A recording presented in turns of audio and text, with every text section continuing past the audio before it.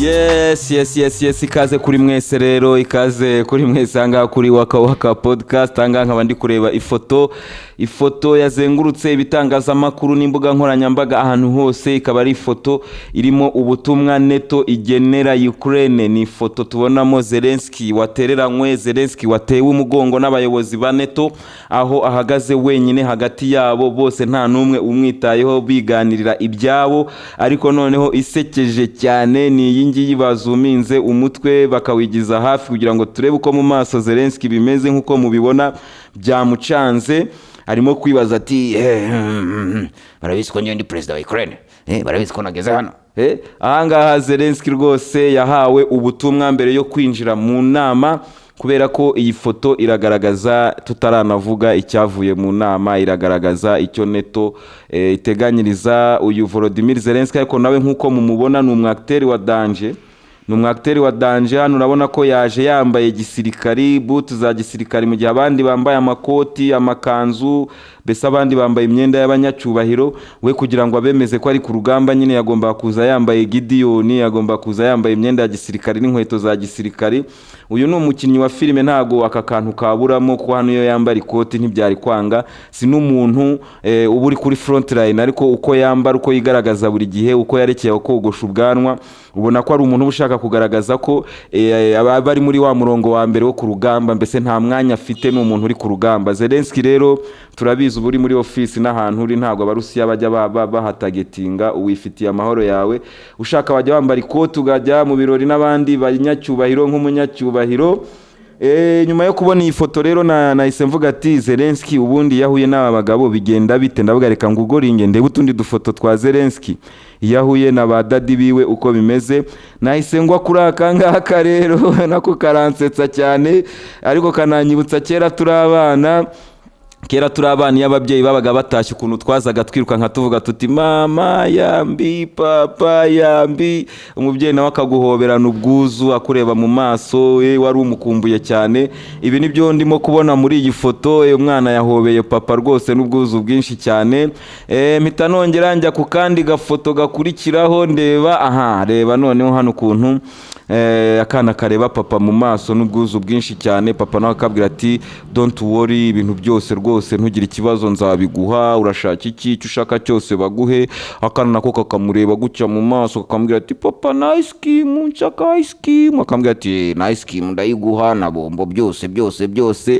Murabibona ko hano akana karishimye cyane rwose. Indi foto nayo nahise ndeba ni iyi ngiyi,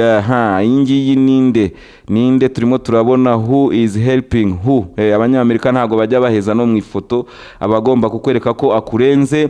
Urabona ukuntu agafashe ku rutugu, ukuntu bimeze, uhita uvuga uti ni ifoto iti kwereka ninde ufashwa. Uyibonye bakakubaza ati muri aba bantu ninde ufasha undi, wahita ubibona ukuntu abamufashe ku rutugu. Nta nubwo ari iyi foto yonyine, saha ahantu honyine, reba indi, hari n'izindi, dore ngiyi n'indi.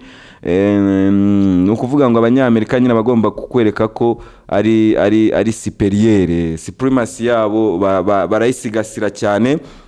Rero nibyo tugiye kurebera hamwe muri iki kiganiro. Tugiye kurebera hamwe n'iki Zelensky avanye muri NATO, n'iki Zelensky NATO yamwijeje nyuma yo guharanira kuyinjiramo, navuga ngo hafi ku ngufu. Yes. Rero reka tubanze turebe ibyagiye bitangazwa nyuma y'iyi nama yabereye Vilnius. Turebe niki cyavuyemo, umusaruro Ukraine yavanyemo. Ahangaha turabona ibyavuzwe na White House, iyi ni Maison Blanche, Presidence ya Amerika.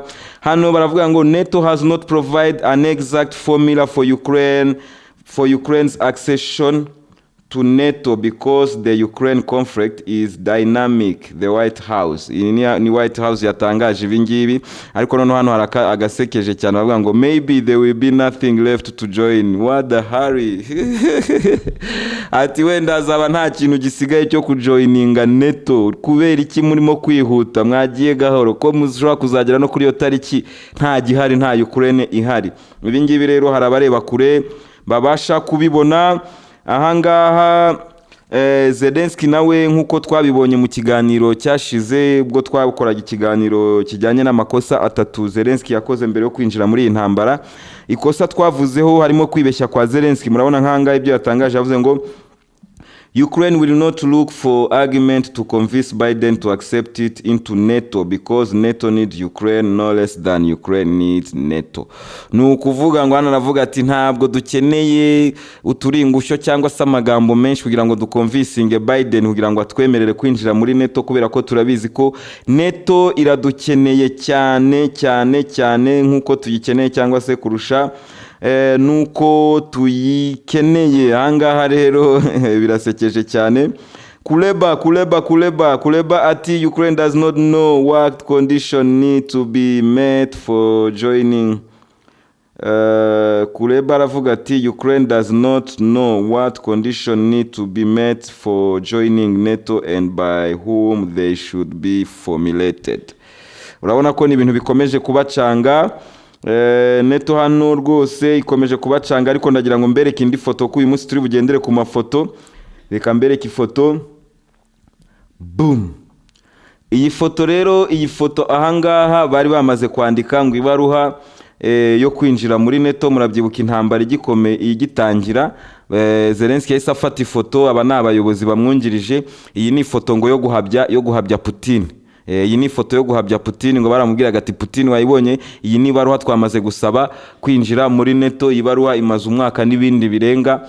Icyo gihe bayihabuje Abarusiya bavuga ati noneho twe tugiye kwinjira muri NATO. None NATO kugeza uyu munsi iracyabatera utwatsi. Ibyo nibyo navuga, NATO ntishobora kwinjira mu ntambara n'Uburusiya. Mu biganiro byabanje twarabibonye, kuko NATO yinjiye mu ntambara n'Uburusiya izaba ari intambara ya kabiri y'isi yose.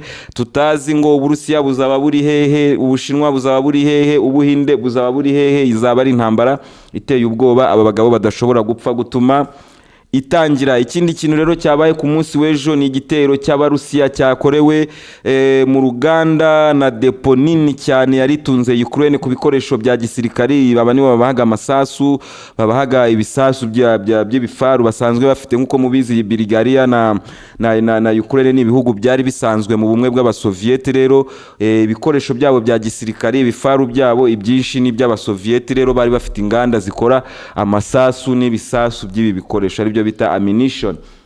Uru ruganda rero rukaba rwatwitswe aho ngaho muri Bulgaria. Ukaba wakwibaza ati se iki gitero kirabwira iki NATO? Ese ntabwo NATO iri buze gukora revenge? Nta NATO ikora revenge, kubera ko igitero cyakoranywe ubwenge bwinshi cyane. Aho byari saa sita z'ijoro ubwo aha hantu haturikaga, hamaze guturika harakomeza haraturika, uko harimo ibiturika byinshi. Urumva byagendaga biba uruhererekane rw'ibiturika kugeza uru ruganda na depo yabyo bikongotse birashira.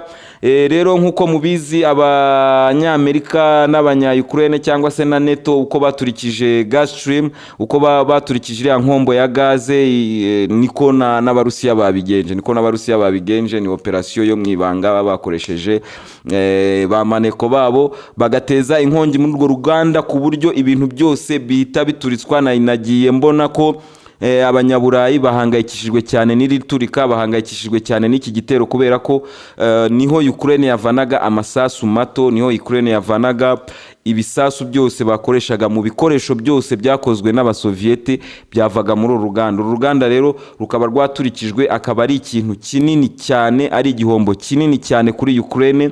Tukaba tuzakomeza kureba niki kizasimbura uruganda. Ese ba NATO biteguye kuba babahereza izindi mbunda n'amasasu yazo? Kuko niba babuze uruganda n'uvuga ngo bakeneye izindi mbunda ntoya n'amasasu yazo kugira ngo urugamba rwabo rukomeze. Rero iyo operation akaba ari operation yakoranywe ubwenge bwinshi cyane, igakura mu nzira ibikoresho byari bigiye kuzasavinga Ukraine mu gihe kirekire cyane.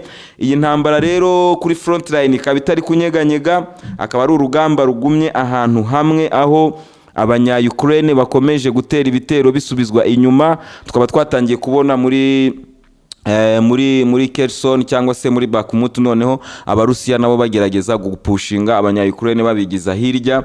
Mu kiganiro kiri buze gukurikiraho mbafitiye video nyinshi cyane, ndabageza ku mirongo y'urugamba turebere hamwe uko biri kugenda. Ndabaha video rwose zihagije ku buryo mugira igitekerezo kibiri kujya mbere ku mirongo y'urugamba ahangaha mu Burusiya. Rero tukaba turimo turaganira ku byavuye muri NATO nta cyavuyemo, Ukraine iracyabaga yabaga ikifasha.